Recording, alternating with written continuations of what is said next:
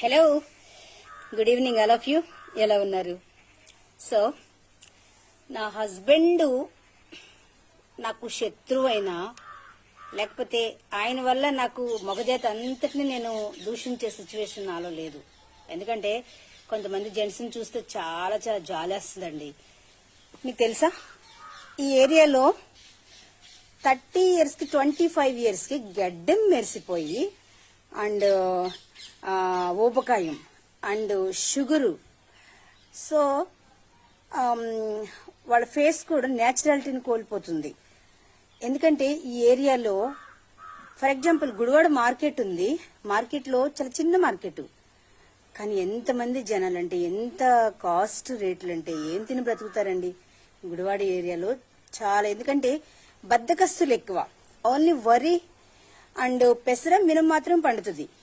పండించుకోవచ్చు కదా మొక్కలు, చక్కగా కూరగాయల మొక్కలు వేసుకోవచ్చు కదా, లేకపోతే బనానా పండించుకోవచ్చు కదా, పనస వేసుకోవచ్చు కదా, చింతపల్లి ఏరియాలో ఉన్నట్లుగా చింత చెట్లు వేసుకోవచ్చు కదా. అన్ని చక్కగా పండించుకున్నప్పుడు తిన్నప్పుడు సంతృప్తిగా తింటారు, సంతృప్తిగా భుజిస్తారు, హెల్దీగా ఉంటారు.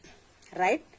బెండకాయలు పండించుకోవచ్చు, కూరగాయలు పండించుకోవచ్చు, కానీ ఎందుకు బద్దకస్తులుగా ఉంటారు? సో చేపలు మాత్రం తింటారండి అంతే.